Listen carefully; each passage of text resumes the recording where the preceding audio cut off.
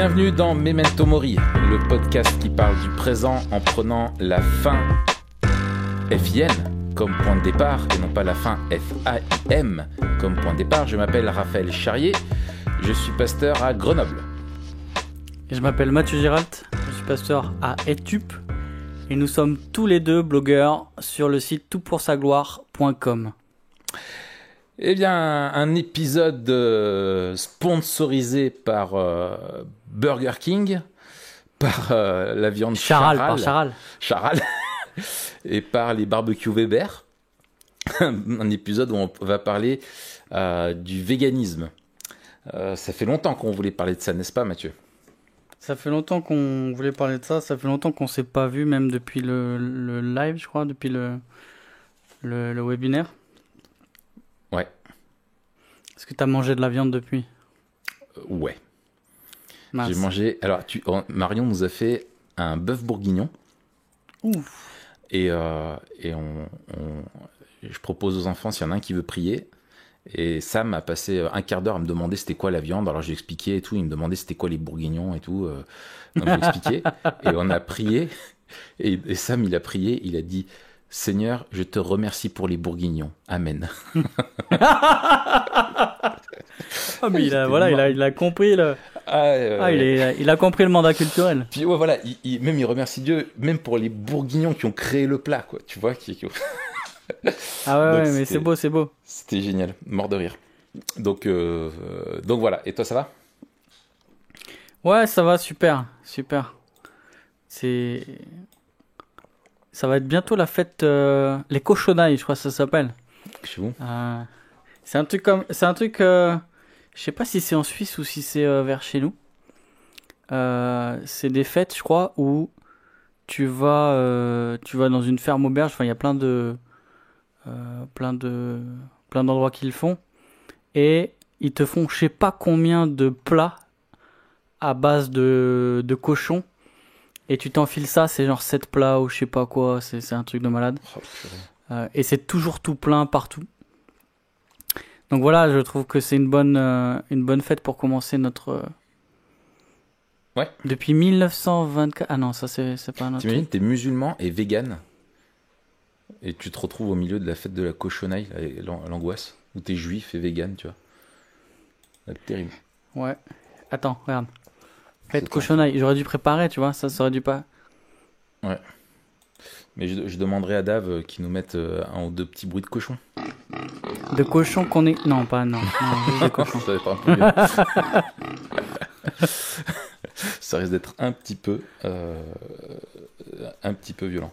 Bien, alors, je te propose qu'on rentre dans le sujet. On va parler aujourd'hui du véganisme. Alors, pour être franc, c'est moi qui voulais en parler depuis longtemps. Oui. Pourquoi ? En fait, je me sers à moi-même. C'est-à-dire que... En plus, je fais une phrase qui n'est pas française, mais... Mais on sent juste au moins qu'il y a de l'égocentrisme. Voilà, exactement. Ouais, et je on a deviné le truc, quoi. C'est-à-dire que... Bon, alors, je trouve il y a un vrai phénomène de société. Les véganes, même s'ils sont, on va en parler, ils sont vraiment très minoritaires, ils font énormément de bruit. Et les arguments qui sont avancés, souvent sont pertinents. Et moi, en réfléchissant toujours à la question de la vision du monde, je me suis dit, mais comment, moi, en tant que chrétien, je dois me positionner vis-à-vis de ça ? Comment est-ce que je peux dialoguer avec le véganisme ? Et surtout, je me suis dit, quand j'entends des fois les arguments, je me suis dit, effectivement, c'est des arguments qui sont avancés, qui souvent sont pertinents, et qui peuvent t'amener à te dire, en fait, à t'interroger vraiment sur tes pratiques, quoi.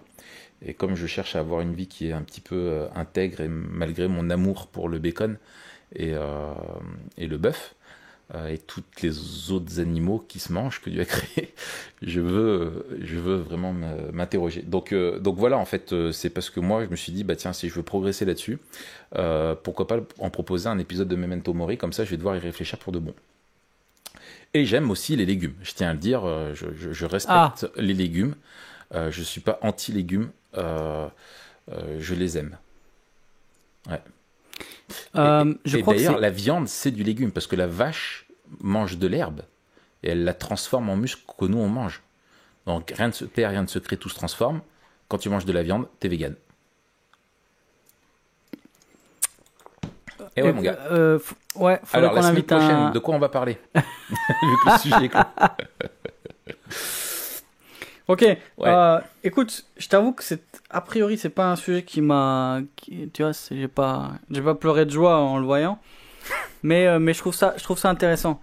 Je trouve ça intéressant, notamment parce que on en entend beaucoup parler, on entend certaines personnes beaucoup en parler, Ouais. et je trouve que c'est intéressant de voir un peu ce qu'il y a derrière. On attaque?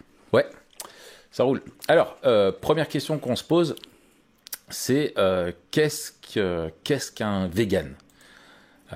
Ouais. Qu'est-ce qu'un vegan et qu'est-ce que le véganisme finalement? Alors, je t'ai envoyé plusieurs vidéos en lien Ouais. que j'avais regardées. Et une, alors j'arrive pas à dire son nom, et j'ai oublié de le noter. C'est un gars qui s'appelle Choui Douidoui ou un truc comme ça. Ah ouais, Didi Chandouidoui. Voilà, Douidoui. exactement, merci. Et en fait, qui explique ça, donc vous avez la vidéo en lien de description. Alors, sa définition à lui du véganisme est beaucoup plus lâche, souple, que celle qu'on peut trouver ailleurs. Mais justement, est-ce qu'on commence pas par une définition acceptée un peu et puis Alors, voir vas-y, comment lui s'en écarte?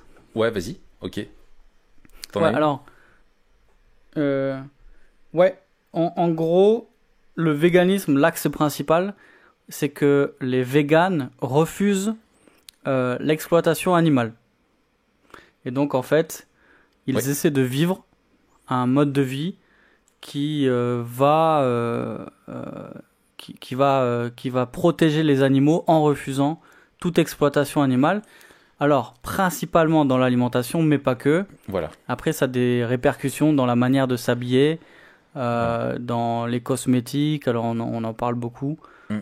Et dès qu'en fait, un produit soit a été conçu, soit un rapport ou un impact de près ou de loin sur les animaux, les véganes ne veulent pas l'employer.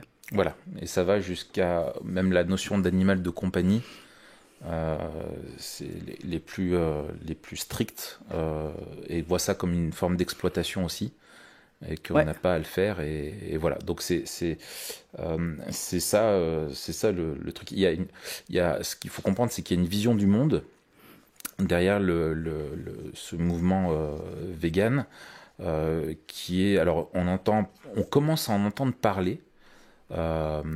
Parce que c'est la philosophie, ouais, la vision du monde, on peut dire ça comme ça, qui sous-tend le véganisme, c'est ce qu'on appelle l'antispécisme Oui. par rapport au spécisme. Et on a comme étendard un petit peu en France qui est connu, c'est Émeric Caron, qui était chroniqueur chez Ruquier dans son émission On n'est pas couché, qui est à la base, je crois, journaliste, je pense.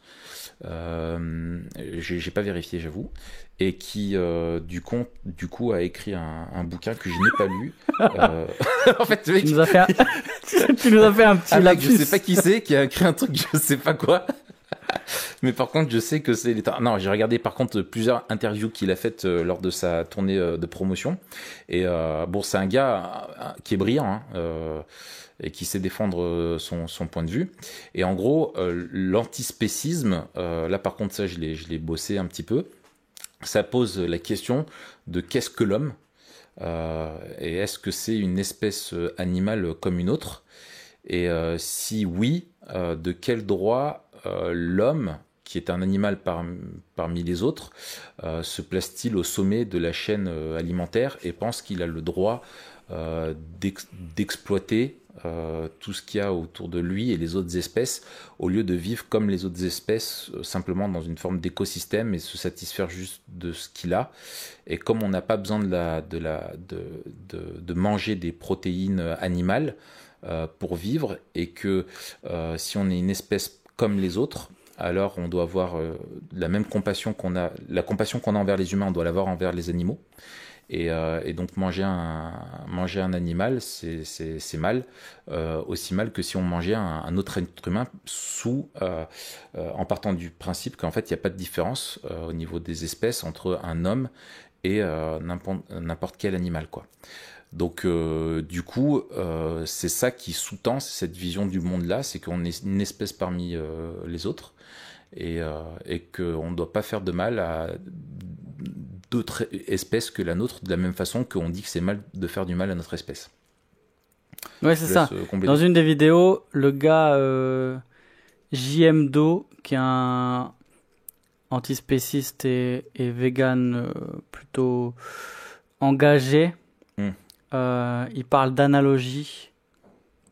Il parle d'analogie de la douleur. En fait, vu que l'espèce humaine est mise sur le même pied que les autres espèces, les espèces animales, ce qu'on veut faire pour nous et ce qu'on refuse pour nous, on doit le faire pour les autres et le refuser pour les autres. Voilà. Peut-être 2 points de méthodologie, enfin, en tout cas pour commencer à encadrer un peu ce qu'on va dire. Le premier, c'est que c'est clair qu'on va être plutôt approximatif. On est désolé s'il y a des véganes qui nous écoutent et qu'on dit des bêtises. On a essayé de se renseigner pour justement pas en dire. Et puis on se rend compte aussi que le véganisme, c'est un gros mot. Il y a des véganes qui sont plus ou moins tolérants, on va dire, pas envers les autres, mais dans leur manière de comprendre le véganisme. Ouais, il y a un spectre. Donc quand on parle de véganisme, il y en a plein qui vont pas se reconnaître. Et deuxièmement, on veut essayer d'avoir une vision pleine de compassion, parce que souvent en fait les débats ils sont nourris soit de sarcasme, soit de cynisme. Et moi je reconnais qu'a priori je suis plutôt cynique par rapport au véganisme. Donc voilà, ce petit point méthodologique, il est d'abord pour me garder dans cet épisode de faire des grosses blagues nulles. Voilà. Après, on pense clairement, on va le dire, un disclaimer, tout le monde le sait à mon avis, parce qu'on fait que parler de barbecue et de bacon sur Memento Mori, que a priori on n'est pas d'accord. Je crois qu'il est pourquoi. En fait, on parle de vigilance. En fait, c'est parce qu'on aime le poulet. Voilà, ça c'est dit. On va essayer de faire gaffe. Et puis, juste pour tant que tu parles de ça, vous avez en lien des vidéos où justement on n'a pas voulu tomber. On a essayé de prendre des gars qui sont des penseurs et qui sont pas juste des bourrins fermés d'esprit, etc. Des gens qui ont une vraie vision du monde, une vraie réflexion et qui sont pas dans cette caricature. On veut pas dire que tous les véganes sont des gens qui vont agresser les bouchers comme parfois les médias veulent nous le faire croire, ou etc., quoi. Il y a un petit peu de la même façon que tous les chasseurs ne sont pas des gros beaufs, etc. Enfin bref, voilà, on veut rester dans une vision qui est assez juste, et c'est pour ça qu'on va essayer de voir avec quoi on est d'accord et avec quoi on n'est pas d'accord, quoi. Ben justement, commençons par les points de contact avec la vision biblique du monde, parce que on rappelle que sur Memento Mori, nous, notre filtre, notre grille d'analyse, c'est la vision biblique du monde, donc c'est par rapport à ça qu'on va parler. Les points de contact. Yes, alors moi, en fait, il y en a plus qu'on ne le croit, a priori, et je trouve que il y a des aspects très positifs au débat que soulèvent les véganes. Alors, il faudra revenir un petit peu, parce qu'on n'a pas été exhaustif pas très précis dans notre présentation du véganisme. C'est pas juste être végétarien, au sens de tu t'abstiens de manger par compassion personnelle de la viande animale ou des choses qui viennent des animaux, mais c'est vraiment une vision du monde qui va beaucoup plus loin que ça, qui remet en question même la définition de l'homme. Voilà, c'est quelque chose qui a évolué, mais qui apporte en tout cas dans le débat public des choses très intéressantes, notamment la dénonciation de choses qui tiennent de la barbarie, qui tiennent en fait, pour résumer, je trouve qu'ils ont souligné l'importance de se préoccuper de ce qui se passe entre la naissance de l'animal et sa mort, c'est-à-dire comment est-ce qu'il est élevé, et on voit qu'il y a des conditions qui sont juste enfin qui sont vraiment atroces. Je pense à toutes les vidéos dans les élevages, etc., des poulets qui sont élevés hors sol, tout ça. Et puis comment est-ce que la bête est de sa mort, enfin comment elle est mise à mort et jusqu'à ce qu'elle arrive dans notre assiette. Et donc en fait, où nous on est dans une société où c'est vrai, où on a déconnecté le fait de la mort peut-être de la viande. Ou du poisson, etc. On a juste des poissons panés ou des morceaux de steak haché dans notre assiette. Et en fait, rappelle qu'il y a une réalité d'une souffrance animale et qui parfois tient de la barbarie, où il y a pas, il y a un problème éthique on est au minimum obligé de le reconnaître qu'il y a un problème éthique dans la façon dont certains élevages s'occupent des animaux, quoi. Absolument. Ouais. Alors, peut-être même avant ça, moi je dirais que ce que je relève dans cette approche, dans cette volonté des véganes, c'est déjà l'idée de se poser des questions sur notre manière de vivre, d'une part, de pas tout prendre pour acquis, ni tout prendre pour normal, et deux, d'être cohérent entre ce que l'on pense et ce que l'on vit. Et ça, je reconnais que déjà, c'est quelque chose d'intéressant. Ouais. Surtout pour nous chrétiens, en fait. Dire c'est quoi enfin, pour tous les hommes en général, mais peut-être encore plus pour nous, en disant, au moins eux, même si on peut trouver ça extrême, même si on n'est pas d'accord, etc., mais ils essaient d'aligner ce qu'ils font avec ce qu'ils croient. Tout à fait. Et en fait, ils mettent vachement en avant la valeur de la vie. Et ça, nous, on est tout à fait d'accord avec ça. Et là où il y a eu des défauts dans je pense, dans la vision du monde que l'on a dans notre société occidentale vis-à-vis des animaux, c'est qu'on a nié la souffrance animale, alors qu'il y a des espèces, alors certes des espèces qui ont des cerveaux qui sont vraiment à un stade de... Enfin, pas toutes les espèces animales sentent la souffrance, mais toutes les espèces domestiquées, les vaches, etc., on sait que maintenant qu'elles souffrent. Et ça, c'est sûr, mais je pense que c'était plutôt un aveuglement, tu vois. Je me dis... Enfin, moi, tu vois, j'ai eu des chats, des chiens. Tu vois, un chien, quand il se casse une patte, il se met à aboyer, il crie de partout. Enfin, tu te dis, faut pas... Tu comprends que qu'il a mal, tu vois. Mais c'est vrai que voilà, ça a amené cette notion-là de valeur de la vie. D'ailleurs, ça gomme, ça c'est le côté un petit peu sur lequel on n'est pas d'accord, les différences entre la vie humaine, la vie animale, etc. Mais ça, je trouve que c'est bien, quoi. Et puis, un autre point, c'est que c'est pas une raison de santé, et je trouve que c'est là-dessus où ils ont réussi à faire évoluer les choses, c'est qu'on a grandi avec le fait que, tu sais, il faut manger... une viande, un féculent et un légume à chaque repas. Et eux, en fait, on rappelait et on démontrait par le temps, simplement, qui est leur allié, où tu as des personnes qui sont véganes depuis très longtemps et qui sont en parfaite bonne santé. Et je parle pas des parents complètement teubés qui ont coupé leur enfant qui ont voulu élever leur enfant simplement avec des carottes crues et qui les ont tués comme ça, quoi. Mais bon, après, moi, je suis pas... J'ai pas assez lu de trucs là sur cette histoire de vitamine B12 ou je sais pas quoi. Ouais, écoute, si t'as un bon régime, si tu peux compenser les protéines animales, les apports par différentes choses, et t'es pas obligé parce que c'est pas une nécessité biologique de manger de la viande. Ouais. Après, tu vois, ce que je trouve aussi intéressant dans le véganisme, c'est la question d'éthique. C'est quelque chose qui revient souvent, comme tu le soulignes.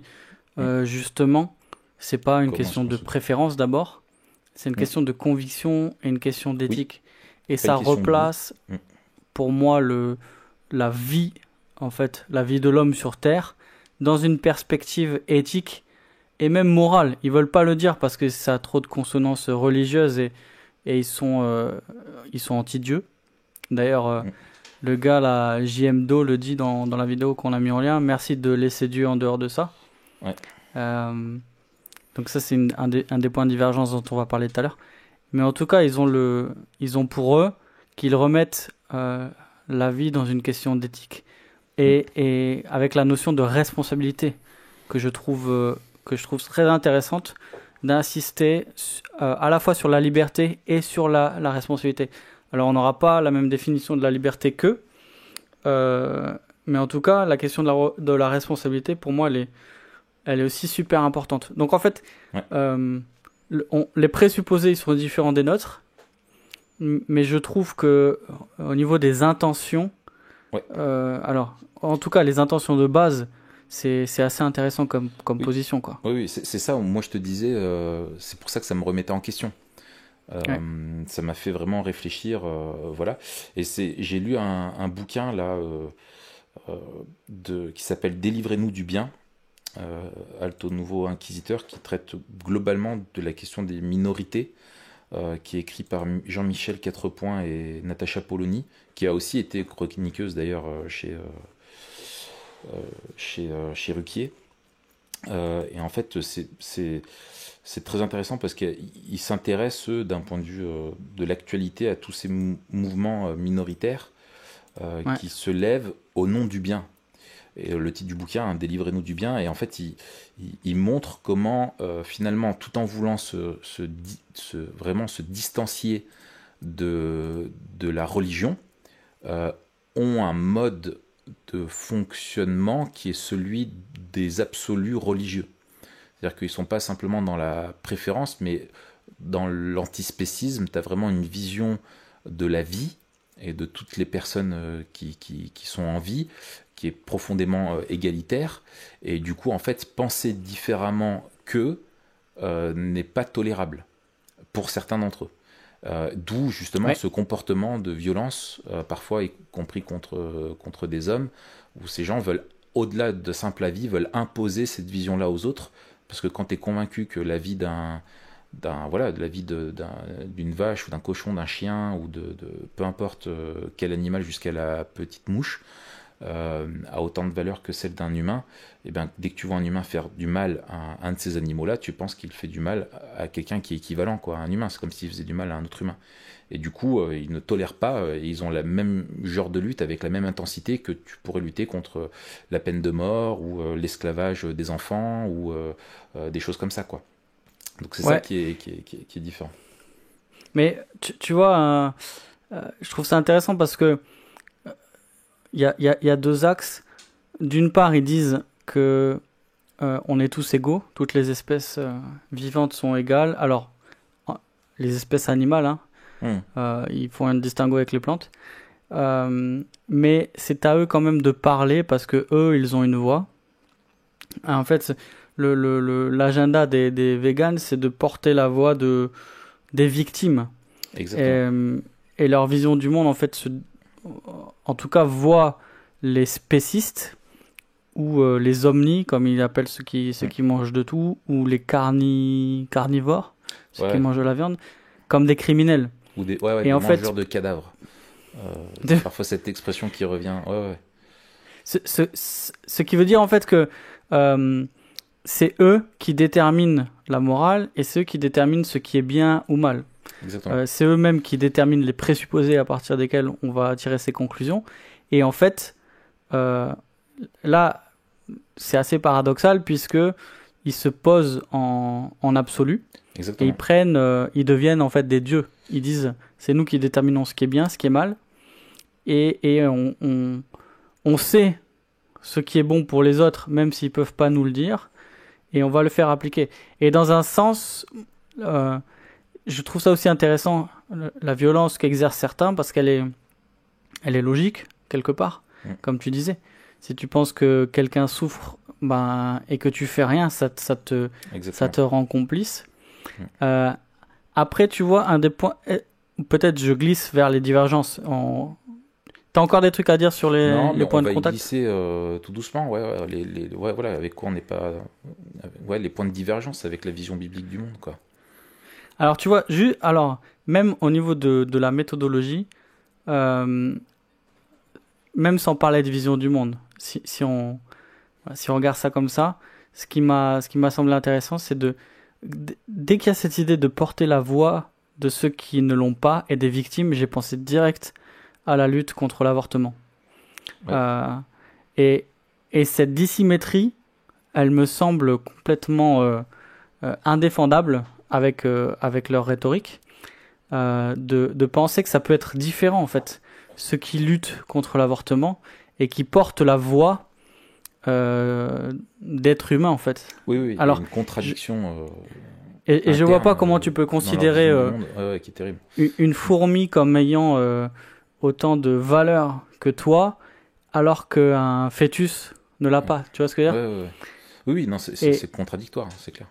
Et quand les pro-vie vont porter de la voix justement pour ceux qui n'en ont pas, on va parler d'atteinte à la liberté. On va parler de défense des droits des femmes. On va parler de tolérance, etc. Par contre, les végans, ils vont dire, mais non, on n'a pas à être tolérant déjà, ou en tout cas, même s'ils le disent pas, ils le montrent, puisqu'ils traitent les autres de criminels. Ils vont faire des actions violentes. Et puis, quand on parle de liberté, ils nous parlent de responsabilité. Donc en fait, ta liberté ne peut pas porter atteinte à autrui. Et ça, on est absolument d'accord. Mais la question de base, c'est est-ce que autrui a une valeur qui me permet de la défendre comme ça, tu vois. Et c'est pour moi le plus gros levier. Quand tu parles d'autrui, tu parles pas de la femme du cochon? Non, pas dans ce cas-là, non. Non, ok, d'accord. Ça m'en sûr. Ouais. Non, mais c'est ça. Et puis, alors, tu vois, je trouve 4 points et Polony là, vont même encore plus loin. Eux, ils disent que t'as derrière ces mouvements, en fait, ils se sont posé la question un peu d'où viennent ces mouvements qui sont minoritaires par rapport à la majorité des gens. Et en fait, pourquoi est-ce que ce minoritarisme est si puissant, quoi, et fait autant de bruit, etc. Et en fait, ils partent du constat que, enfin, c'est quelque chose qui est très. Alors, c'est intéressant que tu fasses appel au débat sur la question de l'avortement, où on sait qu'il est bien plus polarisé encore aux États-Unis qu'en France.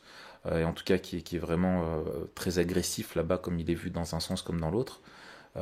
Et en fait, si tu veux, ce côté de minoritarisme, ce que je trouve intéressant là dans leur bouquin, c'est qu'ils disent en gros que c'est propre à la société américaine qui s'est construite avec le fait de dire que tu as toujours une tyrannie de la majorité et qu'il faut permettre à chaque minorité de pouvoir vivre et chaque minorité doit pouvoir porter sa voix, justement faire connaître sa voix. Et en fait, aux États-Unis, s'est développé tout un lobbying associatif hyper puissant dans toutes les minorités, et on part du principe qu'en fait, la majorité est écrasante. Et donc, la minorité va toujours chercher à pas se laisser écraser, et donc est dans une forme de mouvement contestataire et hyper violent vis-à-vis de ça, quoi. Et j'ai juste là une petite, tiens, j'ai noté une petite citation où elle dit donc en gros, les minorités veulent démanteler les monopoles privés, casser les syndicats, réduire l'État au profit de la société civile, c'est-à-dire de groupes de pression, des lobbies de toutes sortes. On casse les gros pour faire la place à une kyrielle de petits. Et en fait, la majorité, après elle poursuit, ils disent la majorité silencieuse se vit désormais comme une minorité et vote pour celui qui la défend. Et tant pis pour ses outrances. Et en fait, t'oses plus taper sur les minorités, enfin, plus dénoncer les minorités, parce que si tu dénonces une minorité, quand tu fais partie de la majorité, c'est que forcément, tu vas être le méchant. Et ça, c'est ce qu'ils arrivent super bien à faire, certains véganes dans les débats, c'est qu'en fait, justement, en se faisant la porte-voix d'une minorité silencieuse, là, dans leur cas, soit eux-mêmes, soit les espèces animales, ils arrivent finalement à se dire, mais c'est comme l'équivalent parfois est fait sur le racisme. Et ça, moi, je l'ai vu, c'est qu'ils disent, le vouloir tuer un animal, c'est pareil quand un blanc dit qu'il est supérieur à un noir. Ils te font des équivalences comme ça qui finalement n'existent que dans leur esprit et ne sont vraies que parce que eux l'affirment. Et c'est là où on a un problème d'épistémologie, d'où vient cette définition, etc. Et c'est là où nous, on s'écarte vis-à-vis d'une forme de totalitarisme qui est vraiment où en fait eux veulent imposer une façon de penser au nom de leur bien, de ce qu'eux ont défini comme norme, comme définition de ce qu'est l'homme, de ce qu'est l'animal. Et comme Dieu n'a pas sa place pour définir, c'est eux qui le définissent. Ils sont en autonomie, ça vient d'eux, la définition de ce qu'est l'homme, etc. Et c'est facile, à partir du moment où, comme le gars dit dans sa vidéo, laissons Dieu de côté, à partir de là, si toi tu as défini une chose, et bien voilà, c'est parti de là et tout ton raisonnement est logique avec toi-même, quoi. Donc le dialogue devient difficile. C'est ça. Et c'est pour ça qu'il est souvent caricaturé, c'est que le dialogue est quasiment impossible, quoi. Ouais. C'est ça le point de rupture, en fait. Ouais. Le point de rupture, il est anthropologique. Alors, peut-être on en a déjà parlé suffisamment dans notre épisode sur l'image de Dieu qu'on va mettre en lien. Ouais. Mais l'homme est créé à l'image de Dieu, d'une part, ce qui lui confère une dignité, une valeur particulière et qui le rend différent de l'ensemble du vivant. Donc ça c'est un premier truc. Et deuxième truc qui va ensemble. Et ouais, tu veux dire ? Vas-y. Ouais. Non, c'est vraiment la question c'est la doctrine de la création. Où nous on croit qu'on est dans un monde qui est créé et que Dieu fait cette distinction-là entre les animaux et les hommes ne sont pas créés pareils. On n'est pas classifié dans la zoologie, quoi. Tu vois, zoologie, c'est les animaux, et on est porteur de l'image de Dieu, on est différent d'eux dans notre nature. Mais tu vois, je me dis que dans une vision du monde matérialiste, justement, qui balaie Dieu, alors, c'est impossible parce que c'est incohérent, il y a des incohérences internes et même externes, c'est-à-dire que c'est pas vivable de vivre dans un monde fait par Dieu avec d'autres règles que celles de Dieu. Mais au niveau de la logique, on peut trouver une certaine logique à dire, en fait, de toute façon, si c'est pas Dieu qui décide, c'est nous. Et qu'est-ce qui laisserait à penser si c'est pas Dieu qui le dit ? Qu'est-ce qui laisserait à penser que les humains sont supérieurs aux animaux, tu vois ? Exactement. Oui, ça c'est quand et c'est facile pour l'homme de se dire si lui-même le dit, c'est facile de se dire que tu es en haut de la chaîne alimentaire et que tu es le plus évolué. Et eux disent mais regardez, nous soi-disant évolués, tout le mal qu'on fait, on est en train de détruire notre planète. Est-ce que c'est ça l'évolution ? Et finalement, ils veulent repenser un humanisme. Et ils sont entre les deux, mais il y a c'est pareil, si tu es le fruit d'une évolution, pourquoi ton cerveau serait apte à décider, à déterminer ce qui est bien ou mal, alors que l'évolution, elle n'est pas caractérisée par ça, elle se fiche de la moralité, elle se préoccupe de la survie. Et si l'homme survit en faisant du mal aux autres espèces, finalement, où est le mal s'il cherche juste sa survie et voilà. Donc c'est ça, toutes ces incohérences qu'il y a, et où dès que tu veux mettre de l'éthique dans une vision qui est naturaliste, matérialiste, voilà, tu t'en sors pas, quoi. Ouais, c'est ça. Et le deuxième point qui est intéressant, et à la fois on va trouver un point de contact et un point de contraste peut-être les plus forts, c'est la doctrine du mandat culturel, justement, dont on parlera la semaine prochaine. Yes. Le mandat culturel, en gros, c'est en lien justement avec la création de l'homme à l'image de Dieu. Dieu lui confie la gestion de la création. Voilà, si je dois résumer en une phrase. Et du coup, on a un point de contact très très grand parce que justement, les véganes nous rappellent que l'homme est responsable de la manière dont il va traiter la création en général et les animaux en particulier. Mais le point de contraste le plus gros, c'est justement que dans cet ordre-là et dans ce mandat-là, l'homme est placé au-dessus des animaux. On le voit dès Genèse 2, quand il nomme les animaux. Et puis, il nous les rappelait dans le psaume 8, par exemple, où on a cette espèce de coupe, où on part des cieux et on arrive jusqu'au fond de la mer. Et on a l'homme, en fait, qui est au-dessus du reste de la création, qu'il doit gérer et qu'il doit administrer. Ouais. Donc, l'homme est différent des animaux et il a un statut particulier parce qu'il est créé à l'image de Dieu pour avoir une relation avec Dieu. Et 2, il est placé par Dieu dans le monde créé par Dieu pour le gérer. Et dans ce sens-là, il doit non seulement prendre soin, mais aussi il exerce une espèce d'autorité sur les animaux. Ouais. Et alors, ce qui est intéressant aussi pour compléter, c'est que dans la Bible, on voit que dans l'Ancien Testament, justement, tout le système de sacrifice, où Dieu ordonne lui-même à l'homme de tuer des animaux pour suspendre sa colère et son jugement, en disant, voilà, au lieu de la déverser sur toi, je la déverse symboliquement sur un animal qui sert de substitut, jusqu'à ce que Dieu lui-même se fasse homme et vienne se substituer à nous pour pouvoir nous sauver, et en gros se condamne, endure le jugement auquel il nous condamne. T'as aussi Dieu qui offre de la viande à son peuple quand il le libère. Je pense au désert, la viande qu'il leur a donnée. On voit que Jésus aussi lui-même a mangé de la viande, qu'il a enseigné là-dessus, que Paul aussi aborde ce sujet-là. Et en fait, si c'était amoral dans notre monde de manger de la viande, Jésus n'en aurait pas consommé et Dieu ne nous aurait pas demandé de le faire. Dieu n'est pas en contradiction avec lui-même. Et finalement, ce qui est intéressant, c'est que là où il faut moraliser certaines choses, finalement, les véganes veulent démoraliser, par exemple sur l'existence de Dieu, ou par exemple, tu parlerais sur la question, tu faisais le lien avec l'avortement. Et ailleurs où il y a une notion éthique qui est bel et bien présente, elle est ultra amplifiée et elle vient détrôner, elle se vit même aux dépens d'autres points, quoi.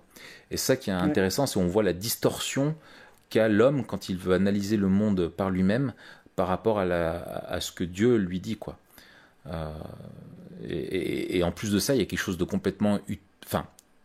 qui ne prend pas en compte la réalité de la souffrance, qui est même, je veux dire, certains, j'ai l'impression qu'ils ne voient la souffrance que du point de vue de l'homme. C'est-à-dire que si l'homme ne tue pas les animaux, on va arrêter de créer de la souffrance. Mais en fait, la souffrance est inhérente au monde dans lequel on vit, et il y a des animaux qui vont continuer de souffrir et de mal vivre, etc., sans que nous, on ait besoin de jouer un moindre rôle là-dedans, quoi. Tu vois, c'est un idéalisme qui est impossible à atteindre ni à vivre, tout simplement. Et puis la question que j'aimerais bien poser, la question que j'aimerais bien poser, alors peut-être certains y répondent, je me suis pas assez renseigné, c'est est-ce que certains des véganes pensent qu'il faille également réguler le règne animal lui-même? Parce que ça me paraît paradoxal, mais ce serait logique. C'est paradoxal dans le sens où on est responsable de ce que l'on fait, voilà, et on est déjà responsable de ce que nous on fait et des incidences de notre mode de vie sur le reste de la création. Mais quelque part, s'ils sont prêts à intervenir pour que d'autres êtres humains arrêtent de consommer de la viande ou arrêtent d'exploiter des animaux ou je sais pas quoi, alors pourquoi ils interviennent pas quand il s'agit d'autres animaux qui tuent des animaux? Alors, je pense que en le disant, j'ai une idée de réponse. Je pense que c'est une idée de survie, c'est-à-dire que nécessité. Voilà, nous on n'a pas de nécessité biologique. On peut survivre sans viande. Exactement. Mais les animaux doivent et en manger fait, d'autres. Cette idée-là, c'est que justement, et d'où cette idée de bien et d'évolution de l'homme, de dire maintenant on doit dépasser ça, cette chose barbare que faisaient nos Cro-Magnons et dont on a hérité. Maintenant, il est temps de se remettre en question et que la société s'interroge. Et au nom de notre humanité, on doit se dégager de cela. Ouais. Mais quand on entend les arguments, enfin, ou les termes employés, on parle de justice, on parle de discrimination, on parle d'éthique. Ouais. il a même parlé des droits de l'humanité.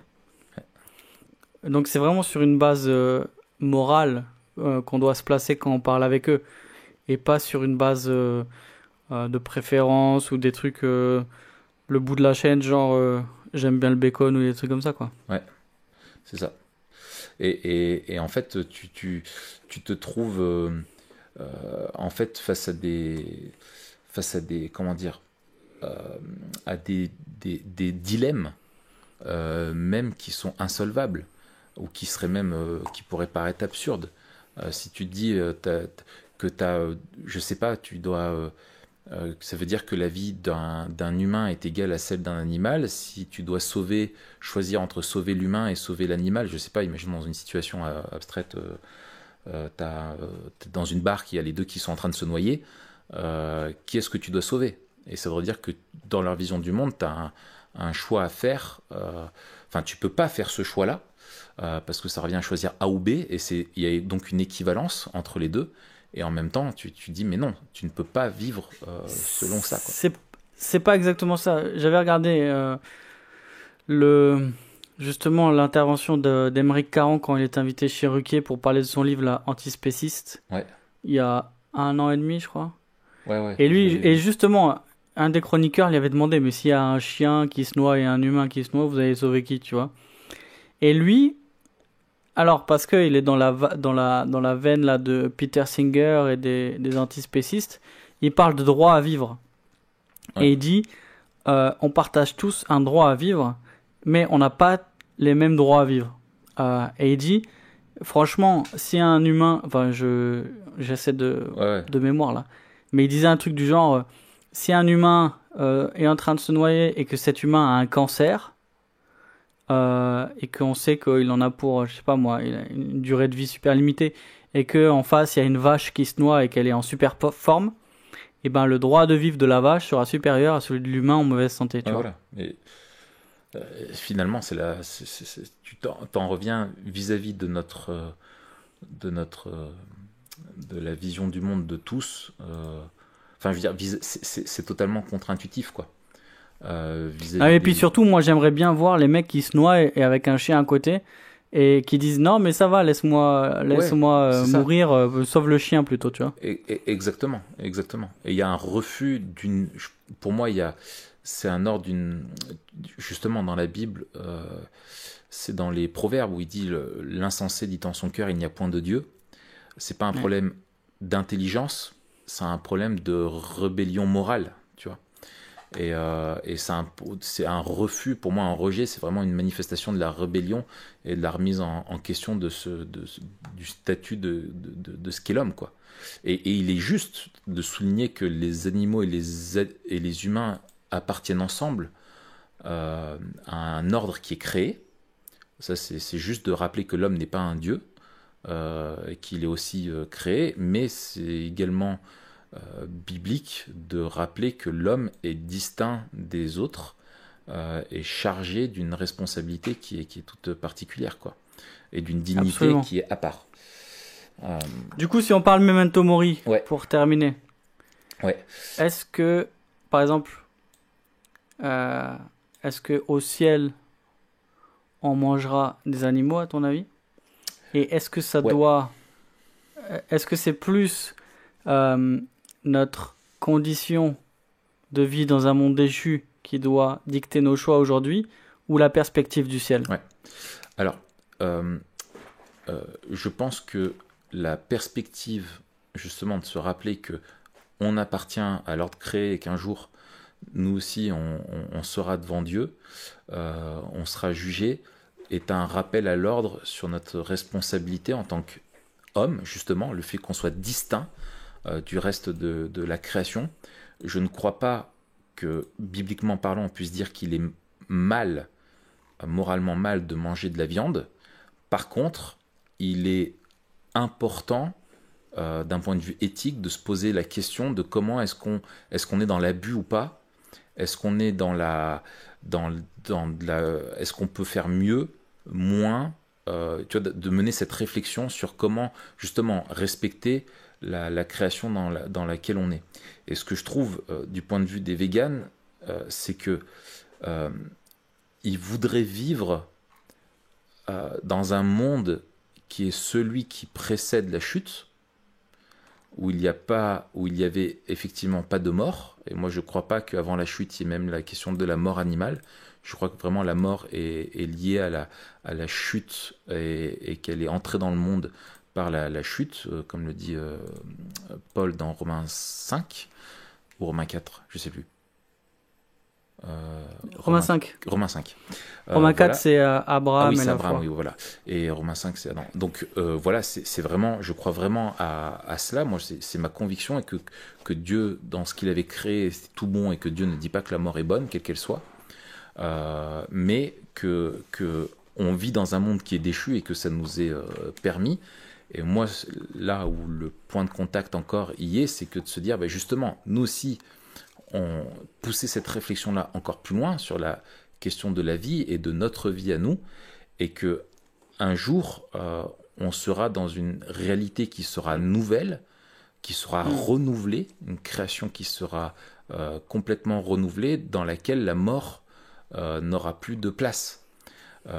Mais en attendant, on est dans un monde où la mort est inhérente, c'est un élément constituant de notre monde, on n'y échappe pas, elle est là, et on peut bénéficier et se nourrir des animaux dans ce monde-là. Dieu nous l'autorise, le permet, et donc c'est ça aussi, c'est que, un, on est responsable, et deux, on est libre, c'est-à-dire qu'on doit respecter ceux qui n'ont pas qui font le choix de manger, comme ceux qui font le choix de ne pas manger de viande. Et en tant que chrétien, tu peux tout à fait vouloir être végétarien. Il y a pas de problème avec ça, comme tu peux vouloir manger de la viande. Et finalement, c'est un peu le même dilemme que tu avais dans l'épître aux Corinthiens, que Paul essayait de résoudre entre ceux qui voulaient manger n'importe quelle viande et ceux qui disaient « Ah ben non, on peut pas, si elles ont été offertes à des idoles étrangères, etc. Du coup, elles sont comme contaminées. » Et Paul disait, mais voilà, vous êtes libre, mais cherchez le bien de l'autre et ne pas être une occasion de pécher pour lui, quoi. Et finalement, c'est ça, c'est l'amour du prochain. Malheureusement, on a l'impression qu'il est oublié, alors qu'il est supérieur à la question de la liberté de manger de la viande ou pas. Et on doit se rappeler de l'amour du prochain dans nos échanges, nous en tant que chrétiens, et avec ceux qui ne partagent pas cette conviction-là, et le rappeler aux autres, qui certains sont même prêts à aller, tu vois, caillasser, et on parle des plus extrêmes, tu vois, mais qui sont prêts à aller à une violence quand ils veulent mettre leur raisonnement jusqu'au bout, arrive forcément à de la violence, alors que la vision biblique du monde, quand on pousse le raisonnement jusqu'au bout, nous amène au retour de Dieu et à ce que lui rétablisse une justice, rétablisse un ordre pour l'éternité et qui sera juste, quoi. Ouais, Voilà. c'est ça. Moi, je pense qu'au-delà du véganisme, il y a les véganes.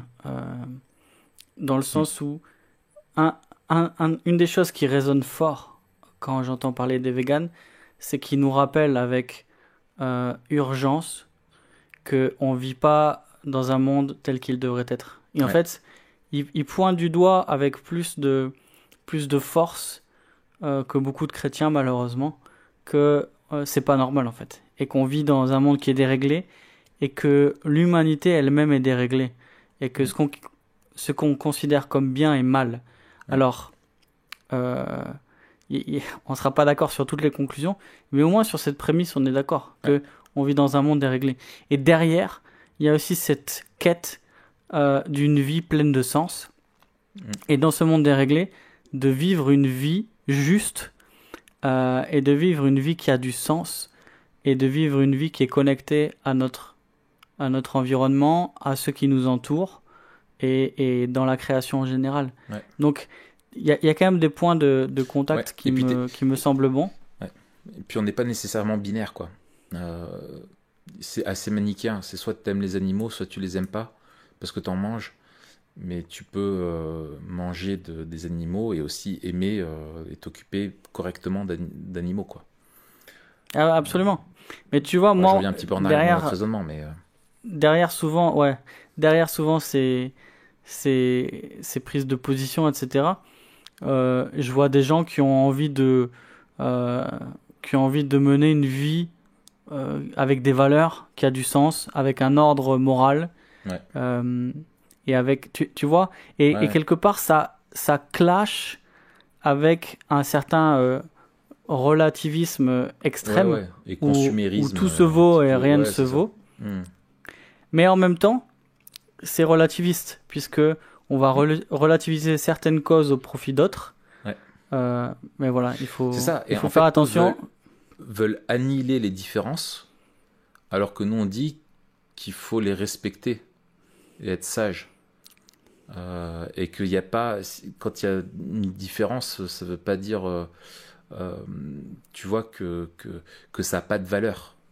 Tu vois, le fait de se distinguer. On se dit, et justement, ça nous appelle à de la responsabilité.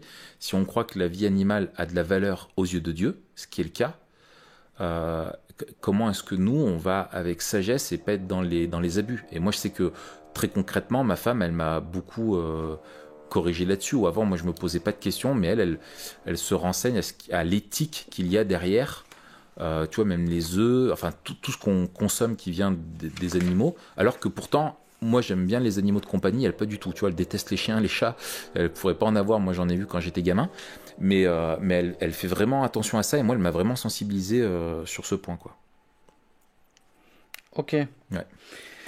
Merci, Raph. Putain, mais c'est dur de parler de viande. Non, c'est pas dur. Ce qui est dur, c'est de pas en parler. Non, mais oui, non, je te dis, c'est dur de parler de viande parce que du coup, j'ai T'as faim. C'est ça qui est terrible. Eh ben, merci à tous nos amis véganes qui nous ont écoutés. Ouais. Et ceux qui sont pas véganes. Ouais. Et s'il y a des caricatures ou s'il y a des trucs, n'hésitez pas à faire remonter dans les commentaires. Ouais. Et qu'est-ce qui se passe si on met 5 étoiles au podcast? Si on met 5 étoiles, on sauve un œuf de poule. D'accord. Voilà. Ok. Donc à chaque fois que tu mets 5 étoiles... Ça motive, tu vois. Je pense ça qu'on motive. va faire exploser le nombre d'étoiles. Ok, la semaine prochaine, on parle du mandat culturel, Raph. Ouais. On va élargir encore un peu la chose. Allez, Matt, puis... je te souhaite un bon repas et une bonne semaine. Allez, salut, à plus. Salut. Bacon.